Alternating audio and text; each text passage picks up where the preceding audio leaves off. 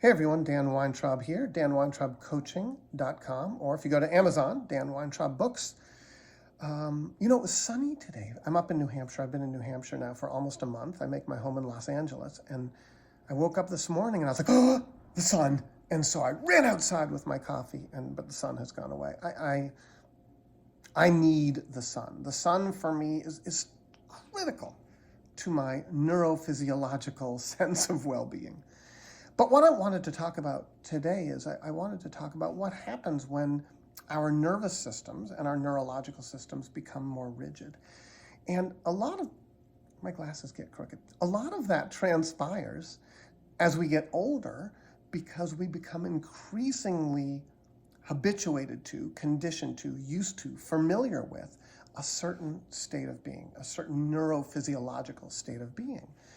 And as we get older, diverting from that becomes more and more dysregulating and more uncomfortable for us. Now, there are layers and layers of meaning making. We use words like, oh, rigid, or, oh, he has developed OCD, or all of this meaning making around what happens to our nervous systems. Our nervous systems are extraordinarily sensitive. And as we get older, they become increasingly sensitive. So you may notice that your parents, I'm almost 60, so if you're in your 40s, someone perhaps like me or older, they seem to have a narrower and narrower bandwidth for action, behavior, activity, adventure, all of these different words.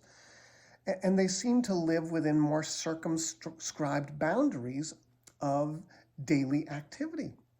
And a lot of that is because in order to maintain for them, the correct balance, or at least the homeostatic balance of their nervous system based upon the release of and the impact of neurotransmitters, hormones, all of that stuff, they need to, and they become habituated to practices that the grooves from which dig deeper and deeper into their systems. So I would make the argument that what we call obsessive compulsive disorder, part of that is our nervous systems become increasingly comfortable with, familiar with, habituated to certain activities. And when we diverge from that, we feel dysregulated. We oftentimes in this psychological realm, we say, oh, well, this person needs to exert a certain amount of control over their life. And because their life feels out of control in other ways, they might engage in different, obsessive activities. Well, there's so much meaning making there, and there's so much judgment, and there's so much use of pejorative in there. My dad, who passed away a couple of years ago, over the last, I would say 20 years of his life that I observed, his patterns of behavior became deeper and deeper encased in these grooves.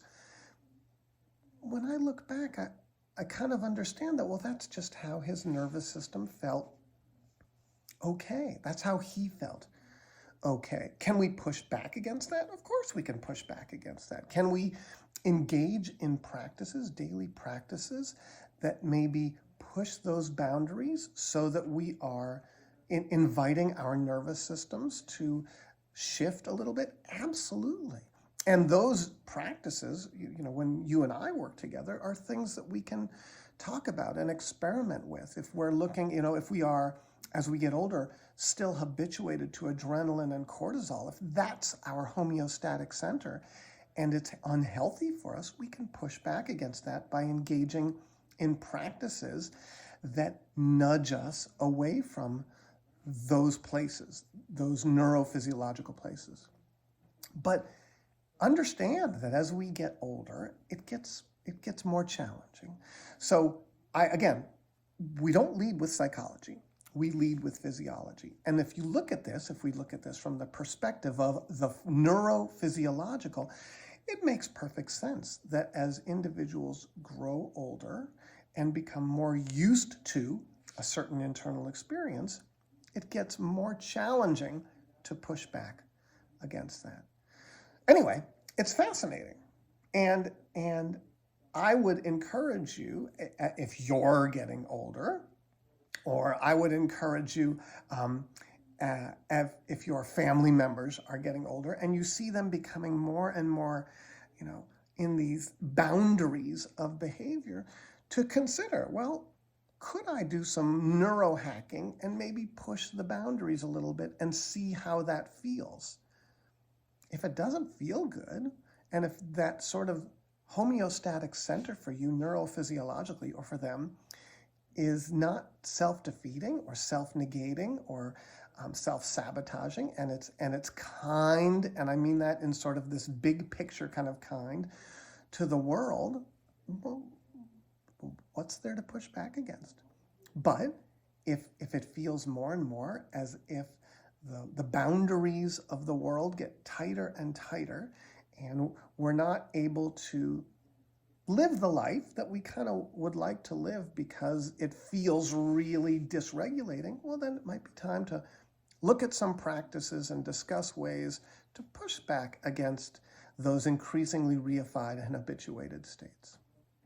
Anyway, interesting stuff, and I'm always here if you would like to have a free consultation, and my practice is really engaging and enjoyable practice for me and for those with whom I work. So, danweintraubcoaching.com, and again, if you go to amazon.com, you can find my books. Just type in Dan Weintraub books, and I hope the sun comes out again because I need it on my face. Have a good day. Bye.